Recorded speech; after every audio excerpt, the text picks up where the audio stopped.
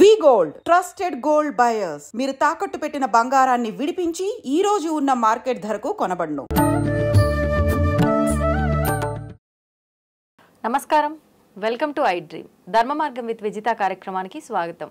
ప్రస్తుతం మనతో పాటు ఉన్నారు ప్రముఖ జ్యోతిష పండితులు సుభాష్ శర్మ గారు. ఇప్పుడు వారితో మాట్లాడదాం. నమస్కారం గురుగారు. గురుగారు, శివుడు అభిషేక ప్రియుడు అంటుంటారు. ఒక చెంబడి నీళ్లు పోసినా ప్రసన్నం చేసుకోవచ్చు. అదే రకంగా చాలా రకాల ద్రవ్యాలతో మనం అభిషేకాలు చేస్తూ ఉంటాం శివుడికి. ఇప్పుడు త్వరలో మనకు మహాశివరాత్రి కూడా రాబోతోంది. మామూలుగా అయినా సరే శివరాత్రి రోజైనా సరే ఆయనకి అభిషేకం చేస్తే చాలు, ఇంకేమీ అవసరం లేదని చెప్పి అంటుంటాం. మరైతే ఎటువంటి ఇబ్బంది ఉన్న వాళ్ళు ఏ ద్రవ్యంతో చేయొచ్చు, ఇలాంటి నియమం ఏమైనా ఉంటుందా, లేదంటే ఎవరికి ఇష్టం వచ్చిన ద్రవ్యంతో వాళ్ళు అభిషేకం చేయొచ్చు అంటారా? ఎందుకు ఇన్ని ద్రవ్యాలతో అసలు అభిషేకం చేయాలి? చాలా మంచి ప్రశ్న అండి, తప్పకుండా తెలియజేస్తాను. ముందుగా ప్రేక్షకులందరికీ శ్రీమాత్రే నమః, శ్రీ గురుభ్యో నమః. ఇక్కడ ద్రవ్యములు అనేసరికి ఏమర్థం వస్తుందంటే, ద్రవ్యములు అనేసరికి కొన్ని ద్రవ్యాలకు కొన్ని అపూర్వమైనటువంటి శక్తి సామర్థ్యాలు ఉంటాయి. శివుడికి చేసేటటువంటి ప్రతి ద్రవ్యం వెనక అర్థము పరమార్థం ఉంటుంది. ఎందుకంటే ఏది పడితే దాంతో అభిషేకం చేయలేం కదా. కాబట్టి శివుడికి చేసే అభిషేకాల్లో ఒక్కొక్క ద్రవ్యానికి ఒక్కొక్క ప్రాధాన్యత ఉంటుంది. ఆవు పాలు, తర్వాత ఆవు పెరుగు, తర్వాత తేనె, నెయ్యి, చక్కెర, చెరుకు రసం, అలాగే పళ్ళ రసాలు, ఇలా ఒకటి కాదు రెండు కాదు శివుడికి కొన్ని వందల అభిషేకాలు చెప్పడం జరిగింది. కాబట్టి మనకు అనువుగా ఉన్నటువంటి దాంతో మనం అభిషేకం చేస్తాం. మన నిత్యము మనకు అనుకూలంగా ఉన్నటువంటిది అంటే పంచామృతం, పాలు, పెరుగు, తేనె, నెయ్యి, చక్కెర, ఇవి దొరుకుతాయి. అయితే ఈ ద్రవ్యాలతో అభిషేకం చేయడం వల్ల ఒక రకమైనటువంటి ఫలితం కలుగుతుంది. అలాగే స్వామివారికి ప్రత్యేకమైనటువంటి అభిషేకాలు, చెరుకు రసముతో అభిషేకం చేస్తే ఏమవుతుంది? చెరుకు రసంతో అభిషేకం చేస్తే ఐశ్వర్యం పెరుగుతుంది అని సూచిక. అలాగే పళ్ళ రసాలతో అభిషేకం చేయడం వల్ల మనకు కార్యసిద్ధి జరుగుతుంది అని ఒక సూచిక. అలాగే ఆవు పాలతో అభిషేకం చేయడం వల్ల మనకు జీవితకాలము పరమశివుడి యొక్క అనుగ్రహం కలుగుతుంది. ఆవు పెరుగుతో అభిషేకం చేయడం వల్ల సంతాన వృద్ధి కలుగుతుంది. సంతానం లేనటువంటి వారు ఆవు పెరుగుతో అభిషేకం చేయాలి అని చెప్పేసి. అలాగే నెయ్యితో అభిషేకం చేయడం వల్ల కీర్తి ప్రతిష్టలు పెరుగుతాయి అని చెప్పి. చక్కెరతో అభిషేకం చేయడం వల్ల మనకు ధనధాన్య వృద్ధులు కలుగుతాయి అని చెప్పేసి. ఇలా ఒక్కొక్క ద్రవ్యానికి ఒక్కొక్క రూపం సంతరించుకున్నది. అంటే ఆ ద్రవ్యాలతో స్పెసిఫిక్గా అంటే అవే ఒక్క ద్రవ్యంతోనే అభిషేకం చేయడం వల్ల మనకు అనేక రకాలైనటువంటి యోగములు, లాభములు కలుగుతాయని ఆ యొక్క క్రతువులకు ఆ పేర్లు పెట్టారు. ఇప్పుడు శివుడికి సంబంధించిన అభిషేకాల్లో చాలా అభిషేకాలు ఉన్నాయి. అంటే పాశుపత అభిషేకం అని చెప్పేసి, రుద్రాభిషేకం అని చెప్పేసి, మహన్యాసపూర్వక రుద్రాభిషేకం అని చెప్పేసి, ఇలా శివుడికి చేసేటటువంటి ఆరాధనలు చాలా ఉన్నాయి. అందులో మనిషి ఎన్నో కష్టాలకు సాక్షిభూతుడు. ధనం లేదని చెప్పేసి, సంతానం లేదని చెప్పేసి, జీవితంలో ఆరోగ్యం బాగా లేదని చెప్పేసి, ఇలా ఒక్కొక్కరికి ఒక్కొక్క రకమైనటువంటి ఇబ్బందులు ఉంటూ ఉంటాయి. మరి శివుణ్ణి ప్రసన్నం చేసుకోవడానికి ఇప్పుడు నాకు డబ్బు సమస్య ఉంది, మరి నేను శివారాధన చేయాలంటే ఏ రకమైన ద్రవ్యంతో అభిషేకం చేస్తే నాకు డబ్బు వస్తుంది అని ఆలోచన చేసుకొని, ఇప్పుడు నువ్వు చెరుకు రసంతో కానీ, లేదంటే తేనెతో కానీ, చక్కెరతో కానీ ఏదైనా ఒక ద్రవ్యం స్పెసిఫిక్గా చూసుకొని ఆ ద్రవ్యంతో మాత్రం అభిషేకం చేసావనుకో, దానికి సంబంధించినటువంటి విధానం ఏంటి? ఐశ్వర్యము. కాబట్టి నీకు ఐశ్వర్యం కలుగుగాక అని చెప్పి శివుడు మనకు వరాన్ని కురిపించేటటువంటి ద్రవ్యాల వెనుక ఉన్నటువంటి అసలైనటువంటి పరమార్థము. ఈ ద్రవ్యాలనేటటువంటి ఒక్కొక్కరు ఒక్కొక్క నమూనాలో తీసుకొని రావడం జరుగుతుంది. కాబట్టి ద్రవ్యాలలో ఉన్నటువంటి గొప్పతనం ఏంటంటే, ఏ ద్రవ్యంతో అభిషేకం చేస్తే నీకు ఎలాంటి పుణ్యం కలుగుతుంది, ఎలాంటి ప్రయోజనం కలుగుతుంది అని ఆ ద్రవ్యాల యొక్క సూచికలో చెప్పడం జరిగింది. శివుడికి పంచామృతము, పాలు, పెరుగు, తేనె, నెయ్యి, చక్కెర, ఇవి సాధారణంగా ప్రతి ఒక్కరు చేస్తారు. ఇక పళ్ళ రసాలతో చేసేటటువంటిది కానివ్వండి, చెరుకు రసంతో చేసేటటువంటి, ఇవి ఒక రకమైనటువంటి అభిషేకాది. పళ్ళ రసాలు అంటే అన్ని రకాల పళ్ళ రసాలతో చేయొచ్చా గురుగారు? పళ్ళ రసాలు అంటే ఏ పళ్ళైనా తీసుకోవచ్చు, దీనికి స్పెసిఫిక్ గా ఇదే తీసుకోవాలని లేదు.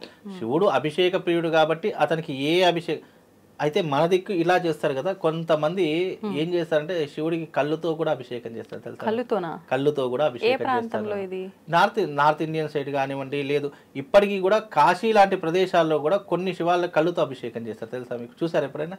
మామూలుగా నేను విన్నా, ఈ మధ్య కాశీలో ప్రత్యేకించి ఒక ప్లేస్ లో ఉన్న శివలింగానికి, ఏదో ఘాట్ దగ్గర ఉన్న శివలింగానికి మాంసం నైవేద్యం పెట్టి కళ్ళుతో అభిషేకం చేస్తారు, మందు కూడా పెడతారు, మధు మాంసాలు పెడుతూ ఉంటారు, చీపిర్లతో అభిషేకం చేస్తారు. ఇవన్నీ కూడా చీపుర్లతో స్వామివారిని ఇట్లా కొడుతూ ఉంటారు, మీకు తెలుసా? దేనికి గురుగారు? అవన్నీ అక్కడ సాంప్రదాయాలు, అంటే వాళ్ళ యొక్క సాంప్రదాయం చాలా భిన్నంగా ఉంటుంది. అంటే అవన్నీ కూడా అఘోరీ సాంప్రదాయాలు మనకు సంబంధించింది. కాకపోతే అలా చేసి, అంటే శివుడు కేవలం ఇప్పుడు అమ్మవార్లకు కూడా మధుమాంసాలతో పూజిస్తూ ఉంటారని చెప్పి వింటూ ఉంటాం. ఇవి వామాచార పద్ధతులు ఎక్కువగా వింటుంటాం, దశమహావిద్యలో వామాచార పద్ధతి. అలాగే శివుడికి కూడా ఉన్నాయి వామాచార పద్ధతులు, లేవు అని కాదు, అదే అఘోరీ సాంప్రదాయం అంటారు. అలాగే శ్మశాన భైరవుడు అని చెప్పేసి కూడా కొన్ని సందర్భాలు చేస్తుంటారు. అవన్నీ కూడా క్షుద్రానికి సంబంధించినట్టు. సాత్వికమైనటువంటి పూజలు అమ్మవారికి ఎలాగైతే ఉన్నాయో శివుడికి కూడా అలాగే ఉన్నాయి.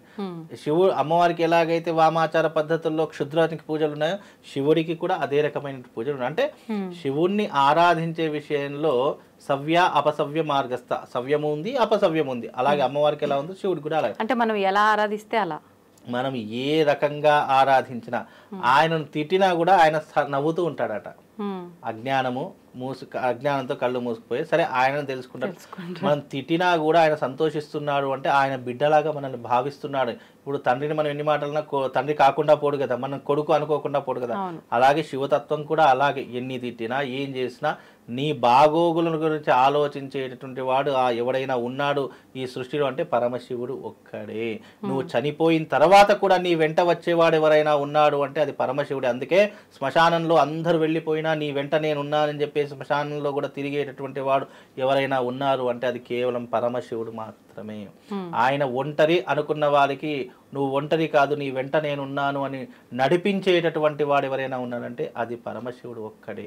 కాబట్టి ఆయన తత్వము ఇక తెలుసుకోవడం అనేటటువంటిది ఈ జన్మ సరిపోదు.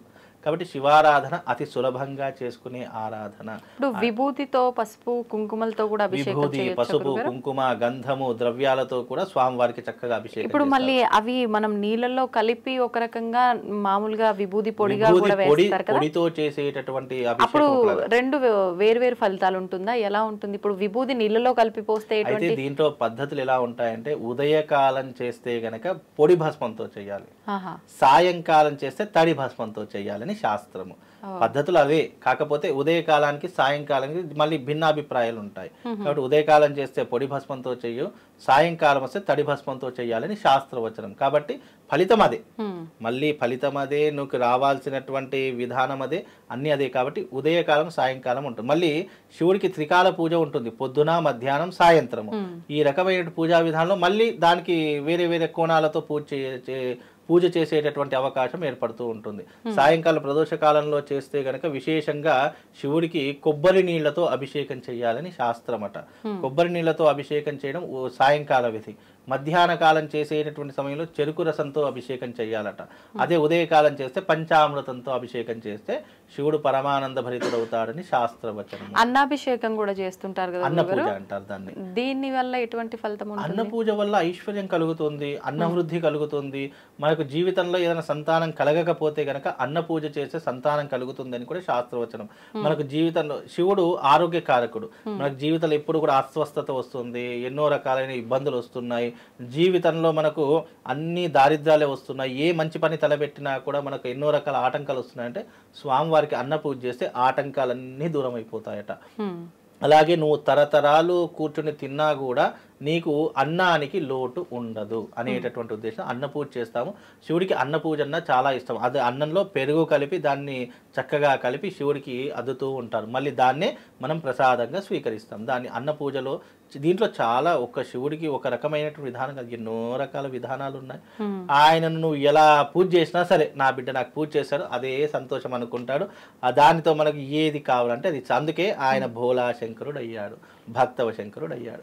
ఇప్పుడు ఒక్కొక్కటి చేస్తే ఒక్కో ఫలితం, ఇవన్నీ కాదు ఒక్కొక్కటి నేను చేయలేను కానీ నాకు అన్ని రకాల ఇబ్బందులు ఉన్నాయి, నాకు నిజంగా సంపద కూడా లేదు, నేను అనుకున్న రకంగా ఇబ్బందుల నుంచి బయటపడాలి, సంపాదన కూడా సంపాదించాలి, అన్ని కలిపి ఒక పంచామృత అభిషేకం చేస్తే సరిపోతుందా లేదంటే ఎలా? ఈ రకమైన నువ్వు అవన్నీ ఉన్నాయి కదా శివ, నాకు అవన్నీ తొలగిపోవాలి, ఒక చెంబెడు నీళ్లు పోసినా ఆయన సంతోషిస్తాడు. నువ్వు స్పెసిఫిక్గా నాకు పంచామృతంతోనే అభిషేకం చేయండి, నాకు ఆయన చెప్పినటువంటివి కాదు, మనం భక్తి ప్రపత్తులతో ఏది చేస్తే భగవంతుడు సంతోషిస్తాడు అని చెప్పి మన దాంట్లో ఆతృతతో ఇవన్నీ చేస్తున్నాను తప్ప నువ్వు శివుడికి చెంబెడు నీళ్లు పోసినా కూడా ఆ శివుడు సంతోషిస్తాడు. స్వామి నాకు ఈ కష్టాలను ఇవన్నీ తీర్చేసేయు, ఇదిగో నీకు చెంబెడు నీళ్లు పోస్తున్నాను, ఒక పత్రి పెడుతున్నాను, ఒక పువ్వు పెడుతున్నాను, స్వామి దండం నాయన అని చెప్పేసి నువ్వు వెళ్ళిపోయినా కూడా నీ యొక్క ఇబ్బందులు ఏవైతే అవన్నీ పూర్తిగా తొలగించేవాడు ఎవరైనా ఉన్నారు అంటే పరమశివుడు మాత్రమే. ఆయన నమ్ముకున్నటువంటి వాళ్లకు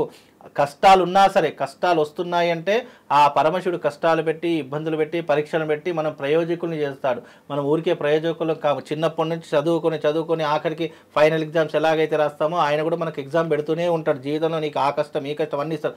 దాన్ని దాటుకొని ఎన్ని కష్టాలు వచ్చినా నువ్వు ఆయన వదులుకోలేకపోతున్నావు అన్నప్పుడు ఆ శివుడు ప్రత్యక్షమై నీ జీవితాన్ని తీర్చిదిద్ది నీకు ఒక ఉన్నతమైన స్థితిలో కూర్చోబెట్టేటటువంటి తత్వమే శివతత్వం అని అర్థం చేసుకోవాలి.